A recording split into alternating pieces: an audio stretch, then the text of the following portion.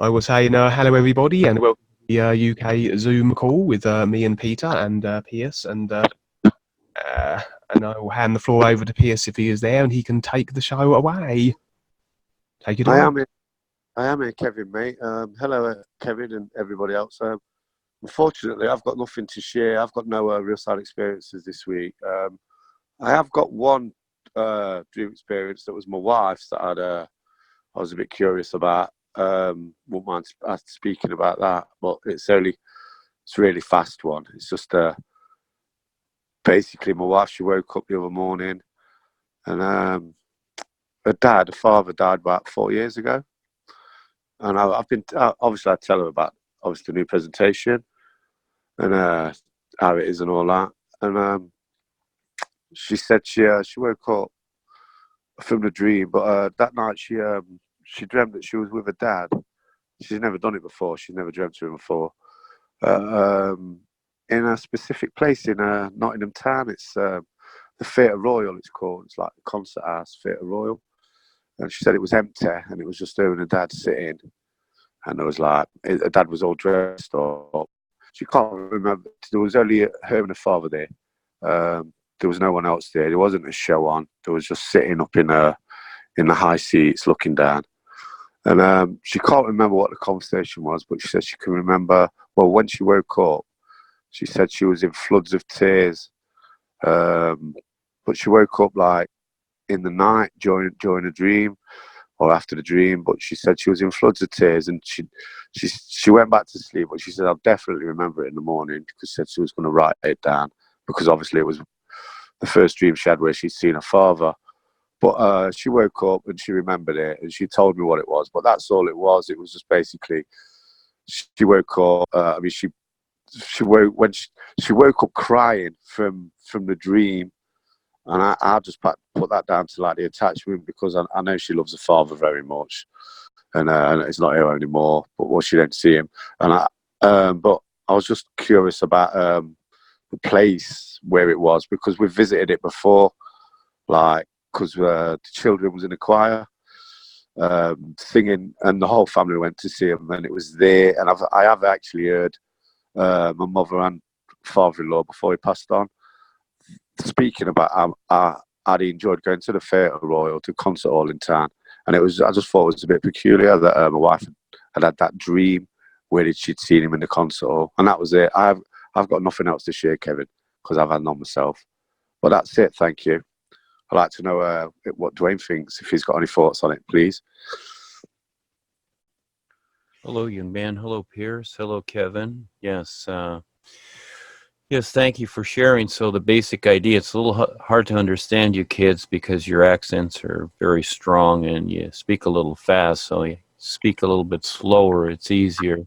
Yeah, the idea that, well, basically that's where he likes to be, and it's just simply that.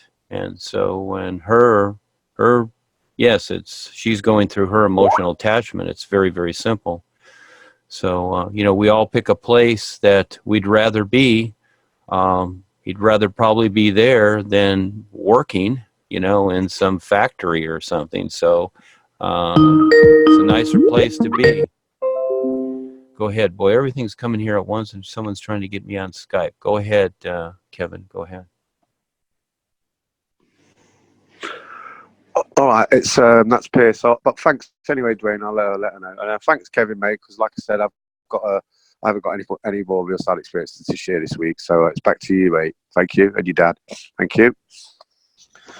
Okay, thank you, Pearce. And I shall now pass it over to Peter, and he has lots of dreams to regale you with. Hello, everybody. Not about lots, actually. I've got three, in fact. Right, the first one concerns the fact that I found myself apparently on another planet. Wasn't in any spacesuit or anything like that, just normal clothes and breathing normally, so it seemed to be a very Earth-like planet, although for some reason I knew it wasn't Earth. There seemed to be other human beings around. I couldn't actually see them properly. And indeed some aliens, which I also couldn't see properly, a sort of peripheral view really. They seemed oddly angular, or sort of angular plates coming off their bodies, and were only about 3 or 4 feet tall. But they seemed friendly. They weren't in any way malevolent. But suddenly the whole scenery, everything was suddenly bathed in a very scarlet red light, which didn't last very long, but went away again.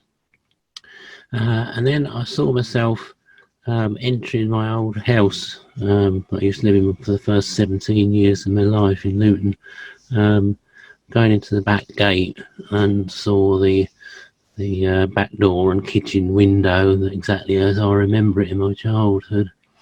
And something made me say something to the effect of, I've created this as an exact duplicate of where I used to live as a boy. Then at some point, it's a bit fragmented sort of dream really, but at some point one of the aliens then, who was off to my left, I couldn't see him properly, gave me something to eat. Well, the thing he gave me to eat was a rather strange square shaped thing, about 9 inches square, about 3 or 4 inches thick. So not quite knowing what to do with it, I decided to sink my teeth into it, and it was only then I noticed that there appeared to be an eye sticking out of it. I think it seemed to be dead, it didn't seem to be looking at me, but it was a bit off-putting. So I dropped it to the floor in disgust. Partly due to the fact that I've obviously been a living creature at some point, or part of a living creature, and I've been an ardent vegetarian for 35 years. That's the end of the dream. I have a few thoughts about it myself. First of all, the scarlet colour seemed to me it might symbolise blood, or maybe war, or perhaps it was saying that we were on the planet Mars. And the whole thing seemed to me a feeling of looking backwards, really, because I saw the childhood house, and the alien was off to the left, and I believe from what Dwayne said before, things on the left generally mean looking backwards. It may well be indicating to me, the whole point of the thing, that I've spent too much time looking backwards over my shoulder at what I perceive to be my last life, and I should stop that and start looking forwards. I don't know what Dwayne would like to add to that, please. Well, that's good enough, Peter. Yes, so you've met some new friends there, and yes, we create ideas, and just like you've created that place like your childhood. Yeah, many times we want to go back to our childhood because the personal life when we're big here gets very difficult, so many times we think of our childhood. So there's the basic idea, and the alien offering you something, well, again, you see the end result of that. Yeah, so it's kind of self-explanatory, that little experience. We're just going through what we're going through, and you decide what you make of it. But yes, go ahead. All right, thanks for that. The second dream is a very short one, in fact, barely worth mentioning, but I had a bit thin on the ground the last couple of weeks, so I've been desperate to come up with something. I seem to have parked my car outside some residential buildings, and I found myself following my long deceased mother along an oddly irregular pathway.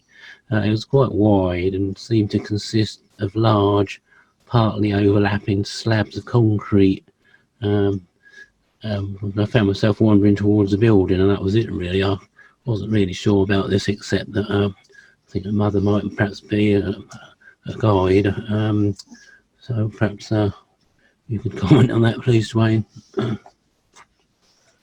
Well, it's something. Those little short ones there are, they're basically an idea set up that you have, and see if you'll follow through with it. So look at the basic idea. It's the beginning. It's the beginning of possibly something that you're considering, and then the experience expands upon itself. But next time you're in it, it can be totally different. So again, watch your mind, how it hops around, and look at the things that you focus on. So that's kind of a beginning of an idea. It's kind of like, well, I think maybe I'll walk down this street today, but then all of a sudden you start walking, and all of a sudden you stop. It's like, no, I think I'll go the other way. You see, so again, you're getting little bleeps again, and it's about your intent too. So you're going to make it come out however it does or it doesn't. So you'll see. Yeah, that's those little shorties. Yeah, there's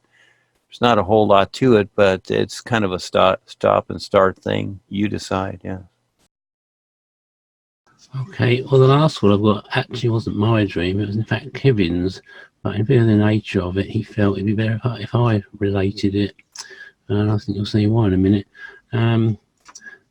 Basically, when Lindsay, our daughter, Kevin and me were all standing together in our downstairs front room at home, and suddenly I announced I didn't feel right and started swaying giddily. I apparently staggered across the room and then fell backwards like a tree falling. Kevin rushed up and caught my head apparently before it smashed into the floor. And then everybody knew I was dying. I started to fade away in appearance. And then apparently my mother, Kevin's nana, appeared superimposed and very transparent over the top of me. And the two of us apparently sort of faded away, and it was as if she'd come to sort of help me transition. One point he did make that unusually for our house, no dogs were present. We usually got our two mad staffies everywhere, which he made the point might mean that it was sometime in the future when they had already passed on, although we normally have dogs anyway, so we'd probably replace them. But and he also made the point that my mother, his grandmother, and others of his grandparents were often, he often saw them, and they were actually guides in that form. I think that's about it, really. I don't know. Follow that, as they say. Okay, well, that sounds fun. And yes, they can be, because they've already, you might say the boys have already passed on. And so they're just appearing as somebody to friendly help you, or can be your grandparents, whatever. But you're given an idea there. And again, you're always the decider, Peter. You know, some people really want to go on, you know.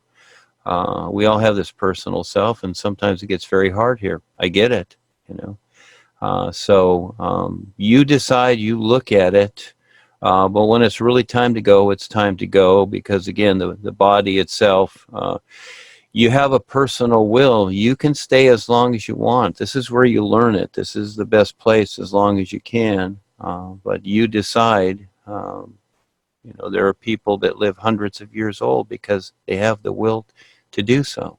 So it just depends. So yeah, go ahead.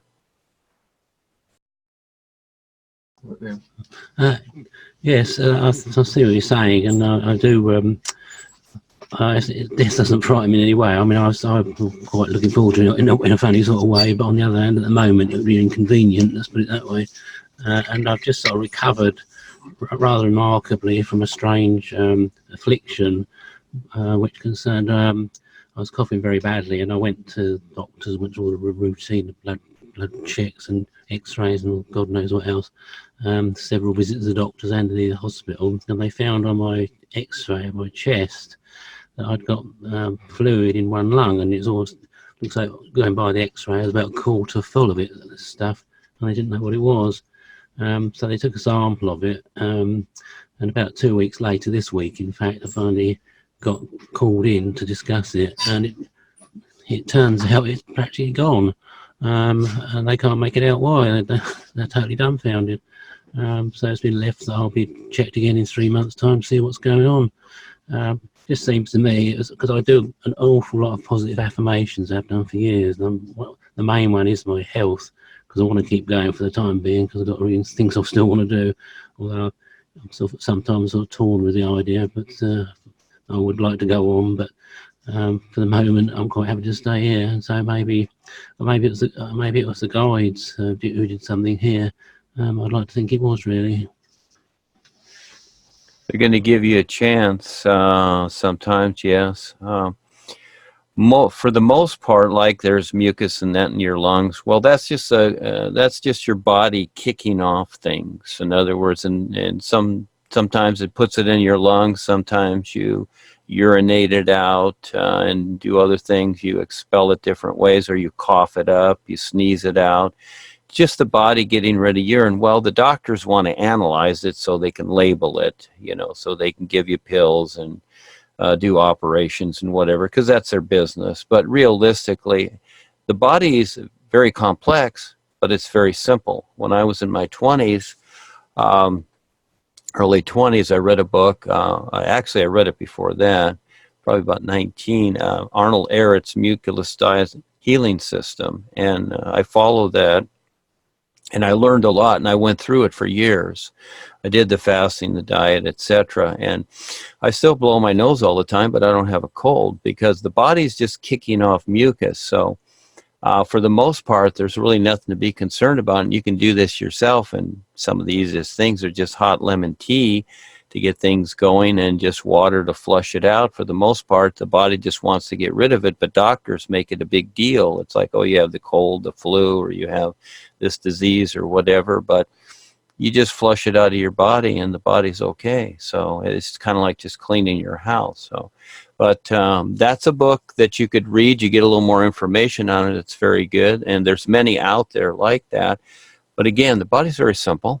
And yeah, listening to what you went through, they did all that stuff. It's just mucus in your lung, and you go out there, you jog, and you sweat it out. That's another way to do it, and it's gone. Yes. Right. Okay. Well, carry on with that subject. It's probably a lot of people are probably getting disgusted with it. So I'll pass you back to Kevin. Thanks very much for all that, Dwayne.